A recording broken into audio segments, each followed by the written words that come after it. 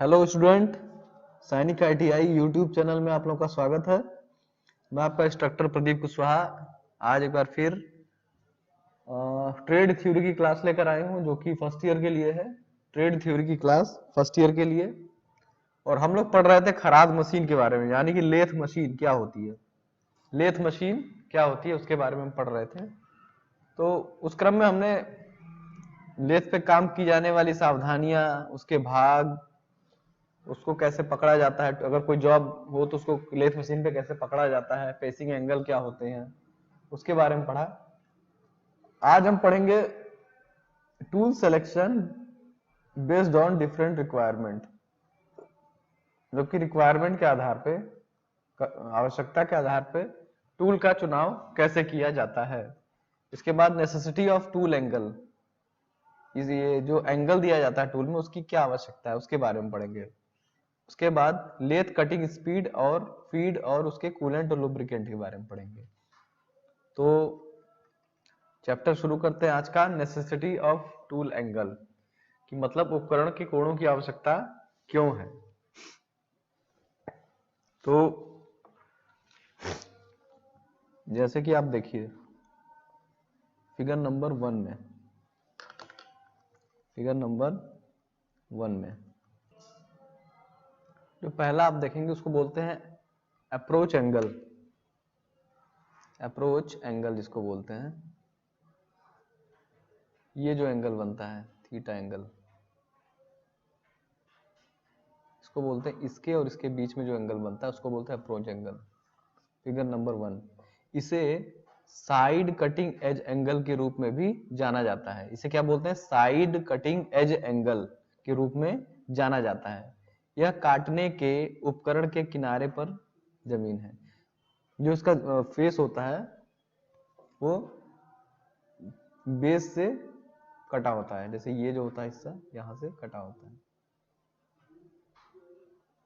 तो एक कॉर्नर जो हिस्सा जो कटा होता है वहां से जो एंगल बनता है इसी को हम लोग बोलते हैं कौन सा? Approach angle. एंगल जो है ग्राउंड से, जो नीचे ग्राउंड है यहां से 25 से 40 डिग्री तक हो सकता है। ये जो एंगल है ये 25 से, ये वाला एंगल 25 से 40 डिग्री तक हो सकता है, लेकिन एक मानक के रूप में 30 डिग्री का कोण समान रूप होता है। अगर कोई स्टैंडर्ड देखा जाए तो जो ये एंगल होता है वो 30 डिग्री ही मान्य होता है।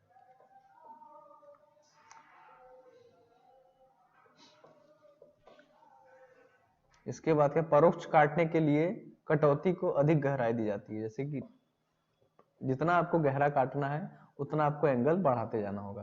जितना आप एंगल बढ़ाते जाएंगे उतनी जो कटिंग की गहराई होगी वो भी बढ़ती जाएगी। अब देखिए फिगर नंबर 2 में, देखिए जो फिगर नंबर 2 है इसमें आप देखेंगे जो आपका वर्कपीस है, जो जॉब है, जॉब और ये टूल है। जॉब और टूल के बीच में आप देखिए जो ऑर्थोगोनल कटिंग होती है वो किस तरह की होती है? एकदम सीधी कटिंग। ये अगर राउंड राउंड घूम रहा है तो जो ऑर्थोगोनल कटिंग होगी, जो टूल होगा आपका कुछ इस तरीके का होगा, टूल का जो शेप होगा। और जो ऑब्लिक कटिंग होगी वो किस तरीके से होगी? ऑब्लिक कटिंग में ये एंगल लिया होता है। ये क्या है? एंगल लिया होता है। यहाँ पर क्या होता है? एंगल एकदम सीधा होता है, इसके ठीक पैरेलल होता है 90 डिग्री पे। ये जो होता है यहाँ पर 90 डिग्री का कोण बनता है, और ये पे ऑब्लिक टूल में यहाँ पर टेपर होता है। यही अंतर होता है।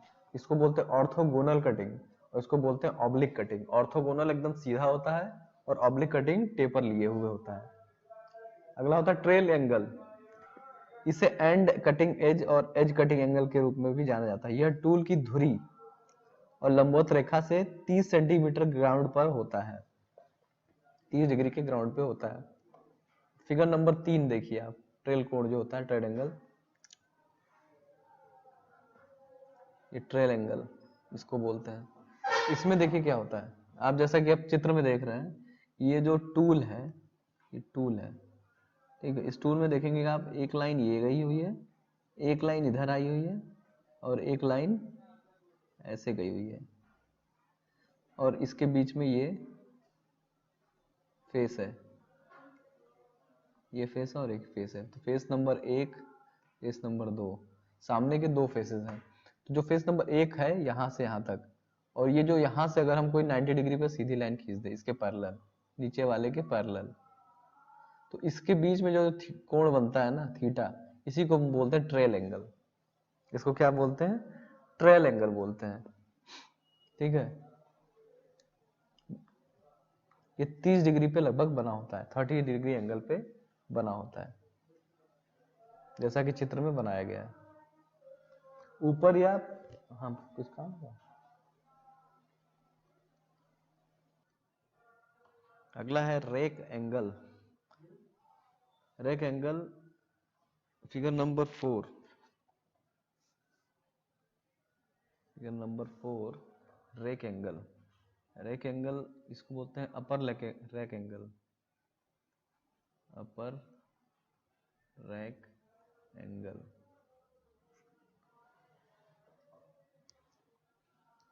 अपर रैक एंगल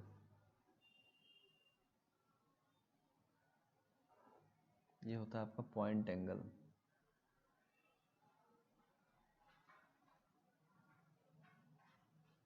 ये होता है क्लियरेंस एंगल।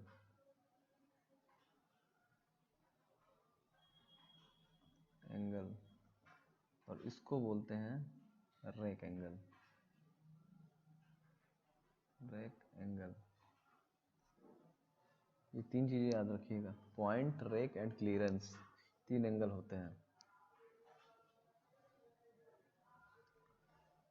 इस अब जैसे कि इस चित्र में देखिए, यहाँ पे जो एंगल था,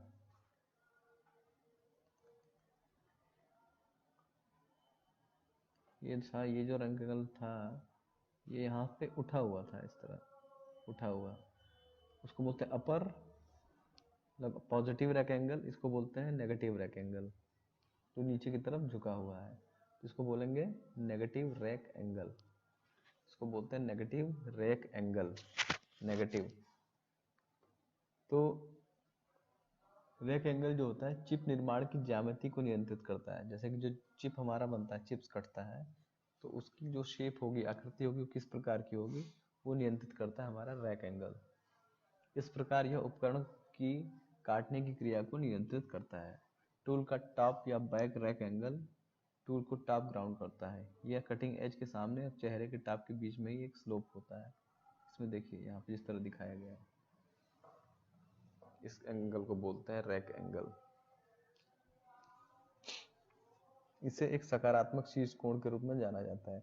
यदि ढलान उपकरण के पीछे के से काटने वाले किनारे के अंदर, तो इसे ऋणात्मक के रूप में जाना जाता है। जैसे कि नीचे देखिए 5 नंबर, ये नेगेटिव रैक एंगल जो नीचे की तरफ झुका हुआ है।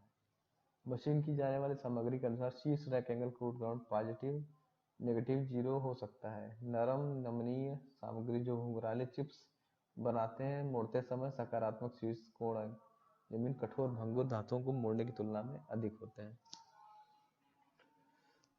तो जो जैसे कि अगर घुंघराले टाइप के ऐसे ऐसे चिप्स निकल रहे हैं, तो समझ लीजिए कि वो आपका क्या है, पॉजिटिव रैक एंगल है।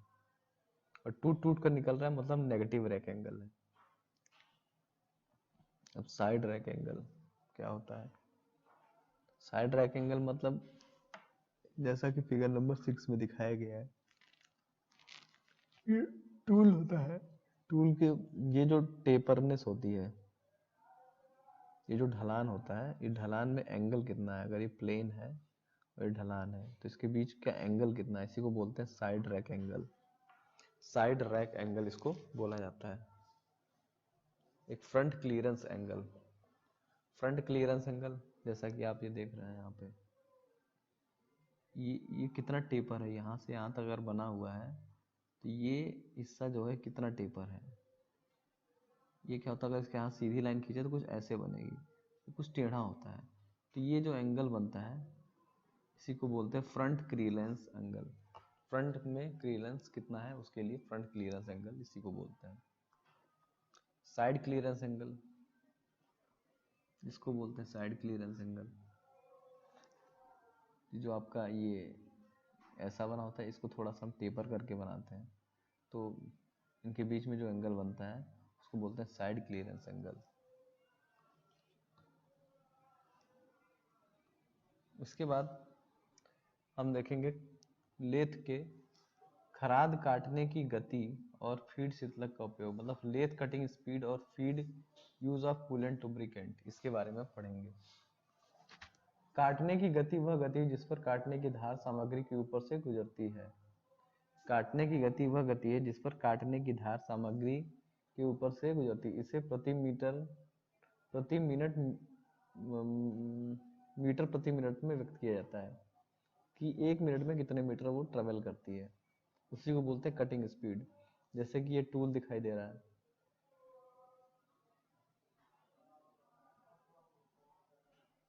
जिसकी कटिंग स्पीड कितनी है, एक रोटेशन में पाई डी। तो काटने की गति वह गति जिस पर काटने की धार सामग्री के ऊपर से गुजरती है, कितनी देर में, प्रति मिनट में, उसी को बोलते हैं हम लोग कटिंग स्पीड। जब डी व्यास हो, मान लीजिए कोई सर्कुलर रॉड है, इसका व्यास क्या है, डी है, और किसी कार्य को एक चक्कर घुमाया जाता है तो उपकरण के संपर्क में आने वाले कार्य के भाग की लंबाई इंटू डी हो जाती है। जब काम n रेवोल्यूशन पर मिनट, एक चक्कर प्रति मिनट कर रहा है, तो टूल के संपर्क में आने वाली लंबाई पाई डी एन हो जाती है। इसे मीटर में परिवर्तित किया जाता है और सूत्र के रूप में व्यक्त किया जाता है। तो वेलोसिटी इक्वल टू होता है आपका लिखा हुआ है पाई डी एन अपॉन 1000 मीटर प्रति मिनट। इसको मीटर में बदलने के लिए 1000 से भाग दिया जाता है। तो वेलोसिटी कितनी आ जाती है, पाई इक्वल टू, पाई का मान देखिए दिया हुआ 3.14, डी का मान हमें निकालना है, जो आपका व्यास है वो है, एन आरपीएम है। तो यहाँ पर देखिए उदाहरण के तौर पर पूछ रहा 50 mm बार के लिए 25 मीटर प्रति मिनट की दर से काटने के लिए एक धुरी के आरपीएम का पता लगाया। तब आरपीएम पूछा जा रहा है, यहाँ पे सूत्र लिखा हुआ है, एन क्या है, आरपीएम है, तो यहाँ पे एन क्या है, आरपीएम है, तो सब कुछ लिखा हुआ है। सबसे पहले हम क्या निकालेंगे, v पाई डी एन कितना हो जाएगा, पाई का मान हमें पता है, डी का मान पता है, एन का मान हमें पता लगाना है। जब एन का मान पता लगाना होगा तो एन इक्वल टू हो जाएगा आपका 1000 v अपॉन पाई डी, यहाँ पे मान रख देंगे आप, तो 159 आरपीएम आ जाएगा। पीएम नहीं, आरपीएम है यहाँ पे, आरपीएम। काटने की गति को नियंत्रित करने वाले कारक क्या है, काटने की गति को नियंत्रित करने वाले को आवश्यक समाप्त कारक, कटौती की गहराई कम ज्यादा कर सकते हैं, उपकरण की ज्यामिति, ये सब डिपेंड करते हैं जो उसकी गति को नियंत्रित करते हैं। वर्कपीस की कठोरता, वर्कपीस सामग्री के गुण, प्रयुक्त काटने वाले द्रव का प्रकार इत्यादि। फीड क्या होती है, फिगर नंबर 3। फीड मतलब होता है कि उपकरण की फीड वह दूरी है, उपकरण की फीड वह दूरी है जो कार के प्रत्येक चक्कर के लिए कार के साथ चलती है और इसे मिलीमीटर रिवॉल्यूशन में व्यक्त किया जाता है। फीड को नियंत्रित करने वाले कारक हैं उपकरण ज्यामिति, काम पर आवश्यक सतह खत्म और उपकरण की कठोरता। फीड मतलब होता है जैसे कोई धातु है, ये हमें काटनी है, इसका सेंटर ये है, तो यहाँ पे जब हम कोई टूल लगाते हैं काटने के लिए, तो ये जो काटते हुए अंदर जाती है, तो यही फीड है इसकी, कि 1 मिनट में कितना अंदर तक काट रही है, तो यही क्या है, फीड है। धातु हटाने की दर, धातु हटाने की मात्रा चिप की मात्रा है जिसे 1 मिनट में जॉब से हटा दिया जाता है, और यह काटने की गति, फीड दर और कटौती की गहराई को गुणा करके पाया जाता है।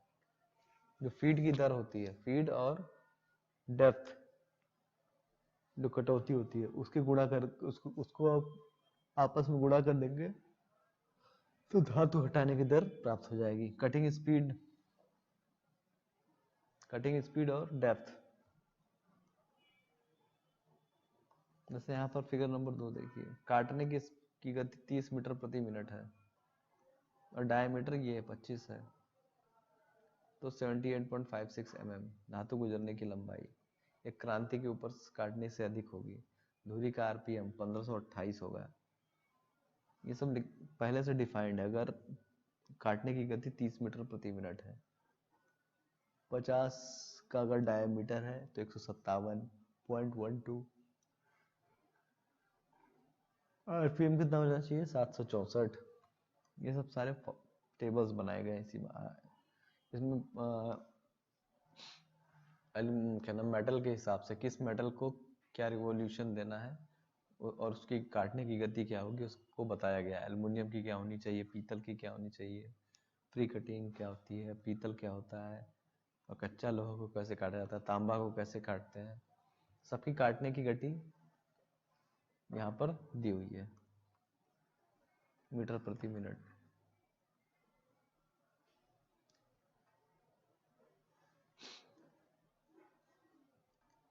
अभी यहाँ पे देखिए दो टूल दिए गए हैं, एक HSS हाई स्पीड स्टील है और दूसरा कार्बाइड टूल है।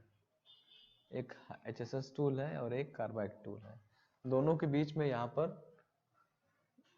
तुलना की गई है कि दोनों में क्या समानता है, क्या समानता है, कौन बेहतर है, कौन किस, दोनों की अपनी अपनी क्वालिटी है। तो पहला में देखिए कि लौह उपकरण सामग्री में उनके रूप में लोहा होता है मुख्य घटक। इसमें क्या होता है, लोहा सबसे मेन जो पार्टिकल होता है वो लोहा होता है, आयरन। अलौह उपकरण सामग्री में लोहा नहीं होता है। इसमें क्या होता है, लोहा नहीं होता है।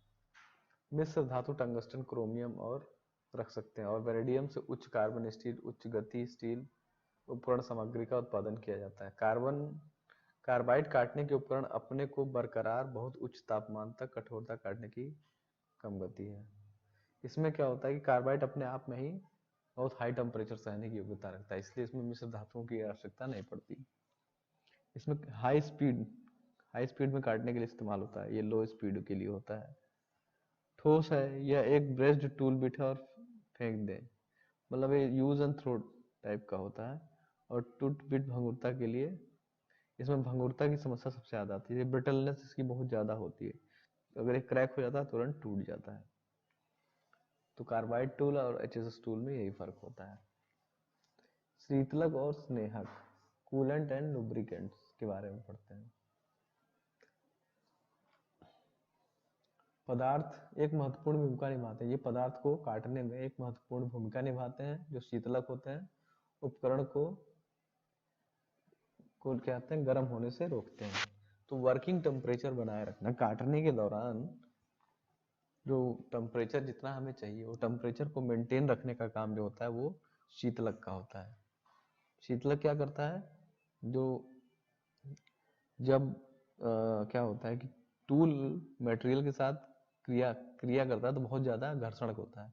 घर्षण से क्या होता है, टेम्परेचर होता है, और टेम्परेचर को कम करने के लिए उस पर कूलेंट डाला जाता है ताकि वो ठंडा हो सके। गर्म हो जाएगा तो मटेरियल प्रॉपर्टी बदल जाएगी और फिनिशिंग जो है खराब हो जाएगी और टूल टूट जाएगा। इसलिए लगातार कूलेंट का इस्तेमाल किया जाता है, और जो चिप्स होता है वो भी आसानी से निकल सके। तो ये बहुत सारे कारण होते हैं, इसकी वजह से हम कूलेंट का इस्तेमाल करते हैं। काटने वाले द्रव के लाभ देखिए लिखा हुआ है, टूल और वर्कपीस को ठंडा रखता है। चिप टूल इंटरफेस को लुब्रिकेट करता है और घर्षण के कारण टूल वियर को कम करता है। चिप वेल्डिंग को रोकता है। वर्कपीस की सतह खत्म में सुधार करता है, जो सरफेस फिनिश होती है ना बहुत बेहतर हो जाती है। चिप्स को हटा देता है। काम और मशीन की क्षरण को रोकता है, मशीन में जो क्षरण होता है वो उसे भी रोक देता है, जो जंग वगैरह लगती है। अच्छे कटने वाले द्रव को निम्नलिखित गुण होना चाहिए, अच्छी चिकनाई और गुणवत्ता। जो एक अच्छा कूलेंट होता है उसके अंदर क्या क्या गुण होने चाहिए, अच्छी चिकनाई और गुणवत्ता होनी चाहिए, जंग प्रतिरोधक क्षमता उसके अंदर होनी चाहिए, और भंडारण उपयोग दोनों में स्थिरता होनी चाहिए। पानी में मिलाने के बाद घोल से अलग होने के लिए प्रतिरोधी होना चाहिए और पारदर्शी होना चाहिए जो आपका कूलेंट है, और बहुत ज़्यादा चिपचिपा नहीं होना चाहिए, और गैर ज्वलनशील, मतलब ये ज्वलनशील भी नहीं होना चाहिए, बहुत इंपॉर्टेंट है, ज्वलनशील नहीं होना चाहिए। और काटने के मुख्य उद्देश्य निम्नलिखित हैं तरल पदार्थों के। इनको काटा क्यों जाता है, किस लिए? कटिंग टूल और वर्कपीस को ठंडा करने के लिए, क्योंकि टूल और वर्कपीस के बीच घर्षण के कारण कटिंग ऑपरेशन के दौरान गर्मी उत्पन्न होती है। टूल के कटिंग एज को ठंडा रखने के लिए और टूल पर किसी प्रकार के घिसाव को रोकने के लिए हम लोग कूलेंट का इस्तेमाल करते हैं। चिप वेल्डिंग के गठन को रोकने के लिए, चिप वेल्डिंग मतलब जब आप कोई चिप्स हटाओगे तो चिप्स गर्म होंगे, तो चिप्स के आपस में जुड़ जुड़ के एक मेल्ट होके जुड़ जाएंगे, इसीलिए उनको रोकने के लिए भी, वेल्डिंग को रोकने के लिए आपस में कूलेंट का इस्तेमाल होता है, और इसकी लाइफ बढ़ जाती है मशीन की, और क्या, ऐसे ही बहुत सारे काम होते हैं। विभिन्न प्रकार के काटने वाले तरल पदार्थ, कौन कौन से पदार्थ इस्तेमाल होते हैं? घुलनशील खनिज तेल सबसे ज्यादा, सीधे खनिज तेल, सीधे वसा युक्त तेल, मिश्रित या मिश्रित तेल, और सल्फर युक्त तेल, ये सारे इस्तेमाल होते हैं एज ए कूलेंट। घुलनशील तेल क्या होता है? ये वे खनिज तेलों से बने होते हैं, जो घुलनशील तेल होते हैं वो खनिज तेलों से बने होते हैं, और जिनमें पानी को मिलाने के लिए पायसीकारी सामग्री डाली जाती है, और यह पायस बनाने के लिए घुलनशील तेल को पानी से पतला किया जाता है।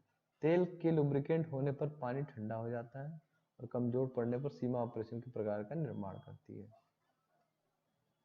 खनिज तेल, वे विशुद्ध रूप से खनिज तेल ठंडा और चिकनाई की आवश्यकता होने के लिए हल्के तेल का उपयोग किया जाता है। स्नेहन मुख्य रूप से आवश्यक होने पर भारी तेलों का भी उपयोग किया जाता है। इसका उपयोग ऑटोमेट्स पर किया जाता है, वे मशीन के पुर्जों और वर्कपीस पर जंग लगने से बचाते हैं। चर्बी का तेल, खराब होने वाले, लागत कम करने और आपत्तिजनक गंध को नष्ट करने के लिए लॉर्ड ऑयल, चर्बी के तेल को हम लोग क्या बोलते हैं? Lord oil, lard oil, lard oil भी बोलते हैं। ये आमतौर पर खनिज तेलों के साथ मिश्रित किया जाता है और अत्यधिक परिस्थितियों में मशीनिंग के लिए वह उत्कृष्ट स्नेहक का काम करता है। सल्फर युक्त तेल, आधुनिक उपकरणों के लिए अत्यधिक कटाई की स्थिति के अनुरूप सल्फर युक्त तेल तैयार किए गए हैं। सल्फर को मिलाने से कठिन ऑपरेशनों का इससे प्रदर्शन में क्या होता है? सुधार होता है। इसकी चिकनाई का गुण उपकरण पर चिपकी वेल्डिंग को रोकता है।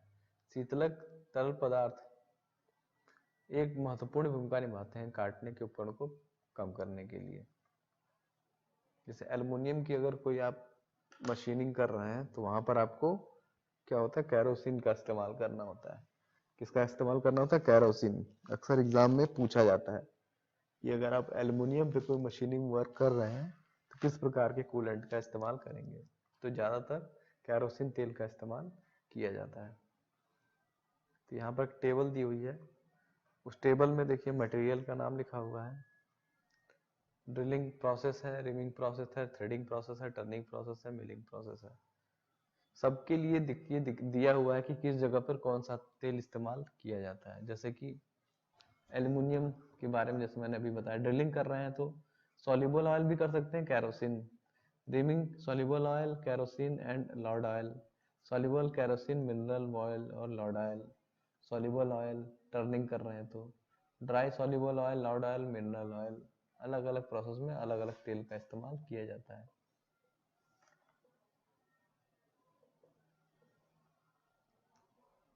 अगला है लुब्रिकेंट्स।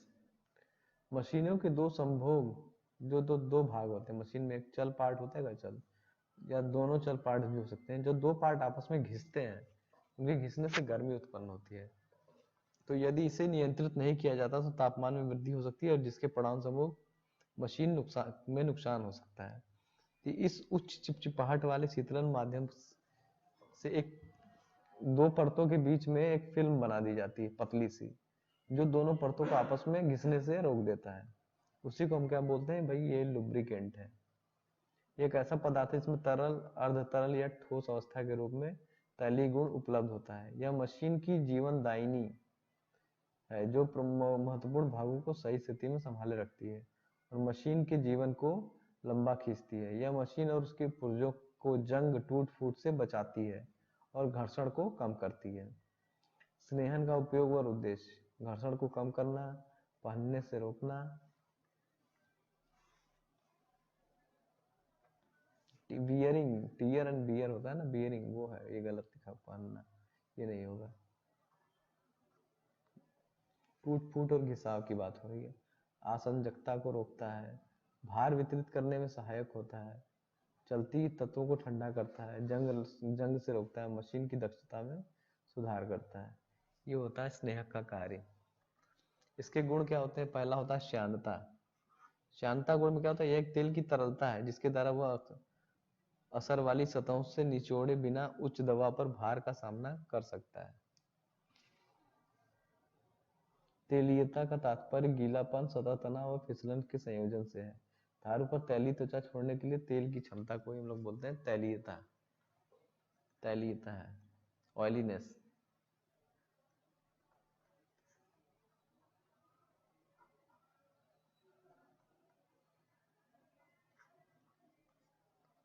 फ्लैश पॉइंट: यह वह तापमान है जिस पर तेल से वाष्प निकलती है, वह जल्द ही दबाव में विघटित हो जाती है। फ्लैश पॉइंट उसी को बोलते हैं हम लोग फ्लैश पॉइंट।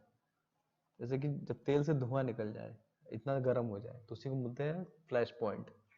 और वह तापमान जिस पर तेल में आग लग जाए, उसी को हम लोग बोलते हैं बर्न पॉइंट, फायर पॉइंट इसको बोलते हैं। फायर पॉइंट इसको बोलते हैं फ्लैश पॉइंट। फ्लैश पॉइंट इसको बोलते हैं फायर पॉइंट। वह तापमान जिस पर लुब्रिकेंट डालने पर बहने में सक्षम होता है।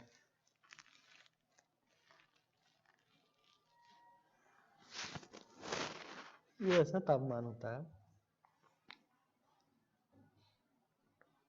जिसमें क्या होता है कि बस आखिरी समय जिसमें बहने में तक, जहां तक बहने में सक्षम हो, उसके अंदर जो बहने का गुण है वो बना रहे, उसी को बोलते हैं हम लोग पोरिटी। पोर पोर पोर उसी को बोलते हैं पोर। बस तेल जमने ही वाला है, उसी को हम लोग बोलते हैं पोर।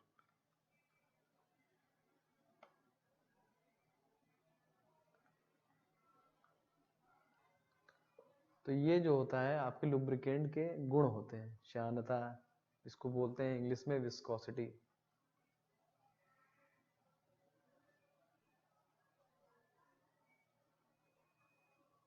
विस्कोसिटी, श्यानता।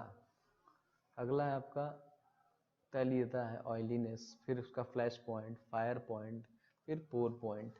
ये सारी चीजें एग्जाम में बहुत पूछी जाती हैं कि पोर पॉइंट क्या होता है। पोर पॉइंट मतलब ये होता है कि जिस पॉइंट पे जो आपका कोई भी तेल है वो जमने ही वाला है। इसमें एक चीज मिसिंग है जो मैं आपको बता देता हूँ कि जो आपका स्नेहक होता है, स्नेहक जो होता है मतलब लुब्रिकेंट, वो लगभग वो कितने प्रकार का होता है? ठोस, अर्ध ठोस, द्रव और गैस। ये कई फॉर्म में होता है। जो आपका स्नेहक होता है वो कई फॉर्म में होता है। तो ये ठोस फॉर्म में भी होता है, अर्ध ठोस में भी होता है, द्रव में भी होता है और गैस में भी होता है। ठोस में आपका होता है ग्रेफाइट। ग्रेफाइट जो होता है वो ठोस में होता है। अर्ध ठोस में क्या होता है आपका? ग्रीस। द्रव में तेल। और गैस में आपका जो होता है वो एयर है, नाइट्रोजन है, हीलियम है, ये गैस के होते हैं। तो ठोस मतलब जो ठोस हो, सॉलिड हो, उसको बोलते हैं ठोस। लुब्रिकेंट जो अर्ध ठोस, ना सॉलिड हो ना लिक्विड हो, वो होता है ग्रीस। द्रव मतलब लिक्विड, लिक्विड में तेल जो होता है आपका, कौन सा तेल जो मैंने भी आपको बताया। और गैस, एयर, नाइट्रोजन, ये सब क्या है आपके एयर वाले हैं। ये सब क्या है, स्नेहक, जिसके द्वारा दो मैचिंग पार्ट जो आपस में घिसते हैं उनके बीच में एक फिल्म बनाकर उनके घिसाव को कम किया जाता है और मशीन की लाइफ को बढ़ाया जाता है। इससे मशीन की लाइफ बढ़ जाती है, उसकी परफॉर्मेंस बढ़ जाती है, काम के दौरान मशीनों में आवाज़ नहीं आती है, और मशीन जो एक्सीडेंट के चांसेस होते हैं वो बहुत कम हो जाते हैं। और भी बहुत सारे गुण होते हैं। अगर मशीन सही से चलेगी तो अच्छा प्रोडक्शन करेगी, उसके पार्ट्स कम घिसेंगे, स्पेयर पार्ट जल्दी खराब नहीं होंगे। तो मशीन को अगर बेहतर तरीके से चलाना है तो हमें टाइम टू टाइम उसका लुब्रिकेशन करते रहना चाहिए। जैसे कि आपकी गाड़ी में चैन होती है, चैन में अगर ग्रीस नहीं लगाएंगे तो चैन से कट कट की आवाज़ आने लगती है और चैन टूट सकती है। तो उसको बचाने के लिए हम क्या करते हैं, टाइम टू टाइम चैन में ग्रीस लगाते हैं। जो उसके बीच में डायल होता है, छर्रा होता है, उसके में भी हमें ग्रीस और तेल लगा कर रखना चाहिए। हर ऐसा मूविंग पार्ट जहाँ पे वो लगातार मूव कर रहा है, चल रहा है, तो वहाँ पे हमें लुब्रिकेंट करने का आवश्यकता होती ही होती है। बिना लुब्रिकेंट के हम ज़्यादा दिन तक सरवाइव नहीं कर सकते। तो आज का चैप्टर हम लोग यहीं पे ख़त्म करते हैं। तो आज के चैप्टर में हम लोगों ने लुब्रिकेंट को कवर किया है, कूलेंट और लुब्रिकेंट कटिंग टूल्स के बारे में पढ़ा है, एंगल के बारे में पढ़ा है, किस किस टाइप के एंगल होते हैं और उनकी क्या क्या आवश्यकता होती है। तो आज का वीडियो यहीं पे समाप्त करते हैं, तब तक के लिए गुड बाय।